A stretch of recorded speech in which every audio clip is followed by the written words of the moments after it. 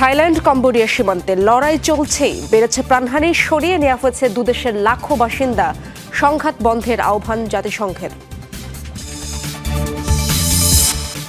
মিশরকে $470 কোটি অস্ত্র সহায়তা দিচ্ছে যুক্তরাষ্ট্র, পাঠানো হবে পূর্ণাঙ্গ আকাশ প্রতিরক্ষা ব্যবস্থা এবং প্রশিক্ষক দল।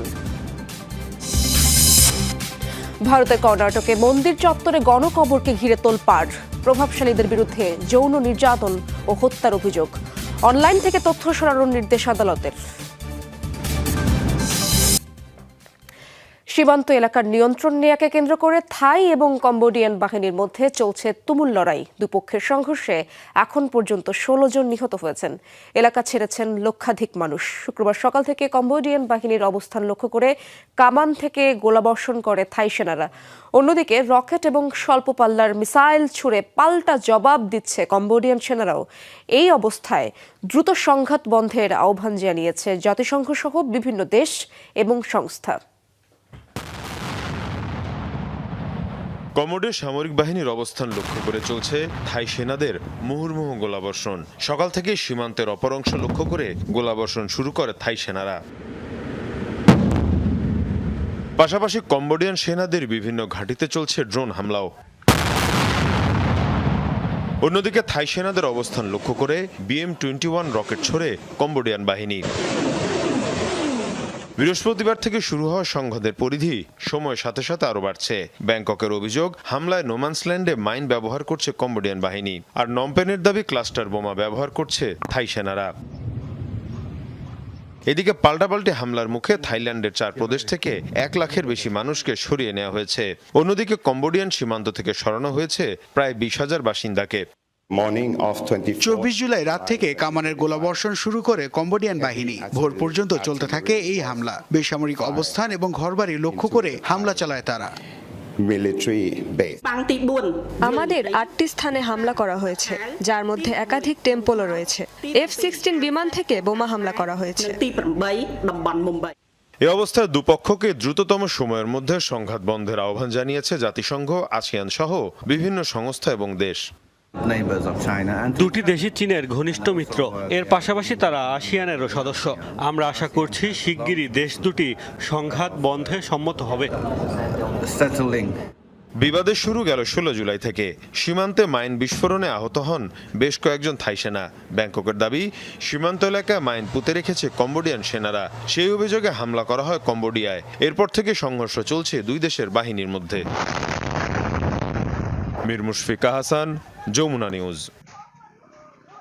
সংঘাতের জেরে আলোচনায় থাইল্যান্ড ও কম্বোডিয়ার সামরিক সক্ষমতা। গ্লোবাল ফায়ার পাওয়ারের র্যাঙ্কিং বলছে কম্বোডিয়ার চেয়ে সামরিক শক্তিতে যোজনে এগিয়ে থাইল্যান্ড। এশিয়ার অন্যতম শক্তিশালী বিমান বাহিনী ব্যাংককের।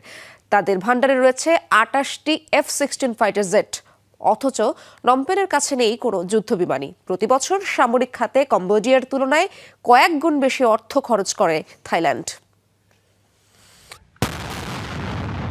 প্রতিবেশী থাইল্যান্ড ও কম্বোডিয়ার মধ্যে সংঘাতের জেরে নতুন উত্তেজনা এশিয়ায়, আরও একটি যুদ্ধের শঙ্কায় বিশ্ব। এমন পরিস্থিতিতে প্রশ্ন উঠছে, দুদেশের মধ্যে সামরিক শক্তিতে কে এগিয়ে।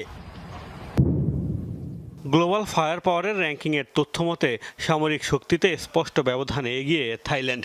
দেশটির অবস্থান 25তম স্থানে, বিপরীতে কম্বোডিয়ার অবস্থান 95।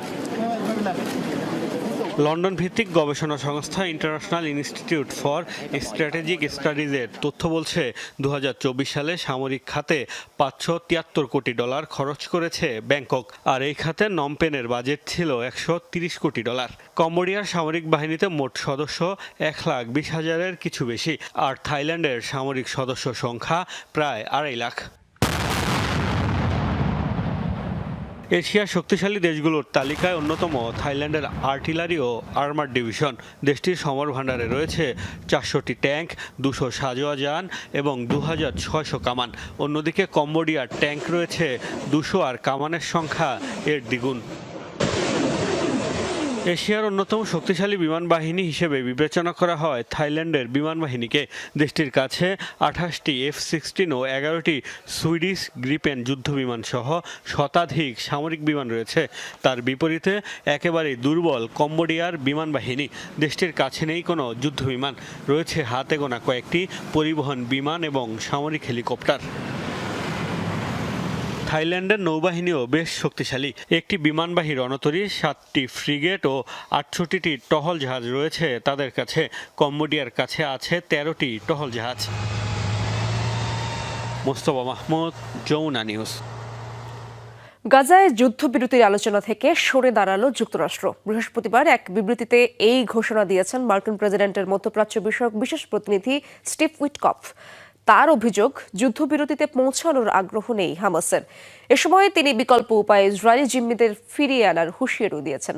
এর আগে ইসরায়েলের প্রধানমন্ত্রীও তার প্রতিনিধিদের কাতার থেকে নিজ দেশে ফিরিয়ে আনেন। ফলে ফিলিস্তিনিদের ভাগ্য নিয়ে আবারও দেখা দিয়েছে অনিশ্চয়তা।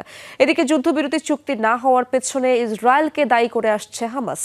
তাদের অভিযোগ, স্থায়ীভাবে সংঘাত বন্ধে আগ্রহী নন নেতানিয়াহু।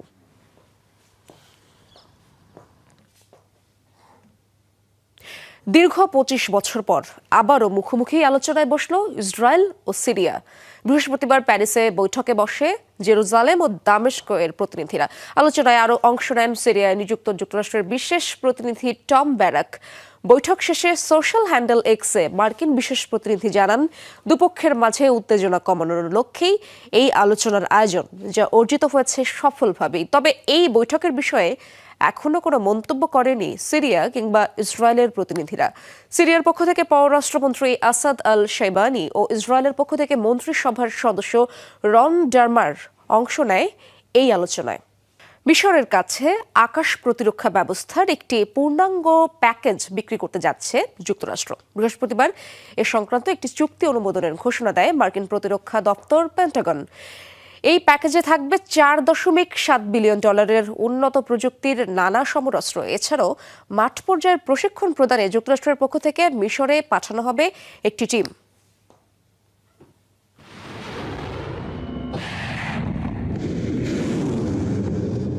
মিশরকে সামরিকভাবে উন্নত করতে নানা পদক্ষেপ নিয়েছে সিসি প্রশাসন, যার ধারাবাহিকতায় এবার দেশটির অস্ত্র ভাণ্ডারে যুক্ত হতে যাচ্ছে নতুন মার্কিন প্রযুক্তি। কায়রোর জন্য $4.7 বিলিয়ন আধুনিক আকাশ প্রতিরক্ষা ব্যবস্থার একটি পূর্ণাঙ্গ প্যাকেজ অনুমোদন করেছে ওয়াশিংটন। প্রকল্পের প্রধান ঠিকাদার হবে মার্কিন প্রতিরক্ষা ও মহাকাশ শিল্প প্রতিষ্ঠান RTX কর্পোরেশন।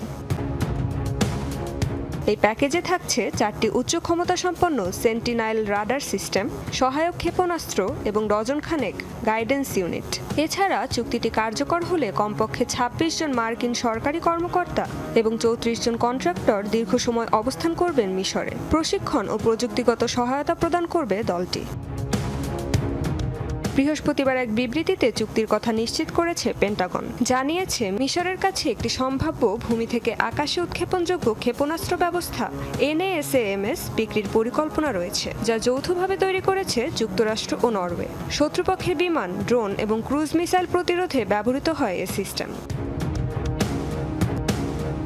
দুদেশের কূটনৈতিক প্রচেষ্টার গুরুত্বপূর্ণ অংশ হিসেবে দেখা হচ্ছে চুক্তিকে। ওয়াশিংটন জানিয়েছে, পররাষ্ট্রনীতি এবং জাতীয় নিরাপত্তার লক্ষ্য পূরণে এটি সহায়ক হবে। আশাবাদ, মিত্র মিশরের নিরাপত্তা জোরদারেও ভূমিকা রাখবে এ পদক্ষেপ। 1979 সালে মিশর ও ইসরায়েল শান্তি চুক্তিতে স্বাক্ষর করে।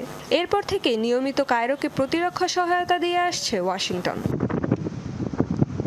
রেজবানা সাইমা, যমুনা নিউজ। গণহত্যা বাস্তবায়নেই কৃত্রিম দুর্ভিক্ষ সৃষ্টি করেছে ইসরায়েল। এই মন্তব্য করে সরকারের চক্ষুশূল হলেন মিশরের আল আজহার বিশ্ববিদ্যালয়ের প্রধান ইমাম আহমেদ আল তায়েব। সিসি প্রশাসনের চাপের মুখে বিশ্ববিদ্যালয়ের ওয়েবসাইট থেকে প্রত্যাহার করা হয় ইমামের বিবৃতি। এই তথ্য নিশ্চিত করেছে মধ্যপ্রাচ্যের গণমাধ্যম মিডল ইস্ট আই। জানানো হয়, যুদ্ধবিরতি আলোচনায় বিরূপ প্রভাব ফেলতে পারে এমন মন্তব্য। সে কারণেই বিবৃতি মুছে ফেলার উদ্যোগ নিয়েছে বিশ্ববিদ্যালয় প্রশাসন। মার্চের 2 তারিখ থেকে জাতিসংঘের পাঠানো ত্রাণ উপত্যকায় ঢুকতে বাধা দিচ্ছে ইসরায়েল, যার ফলে দেখা দিয়েছে ভয়াবহ খাদ্যাভাব।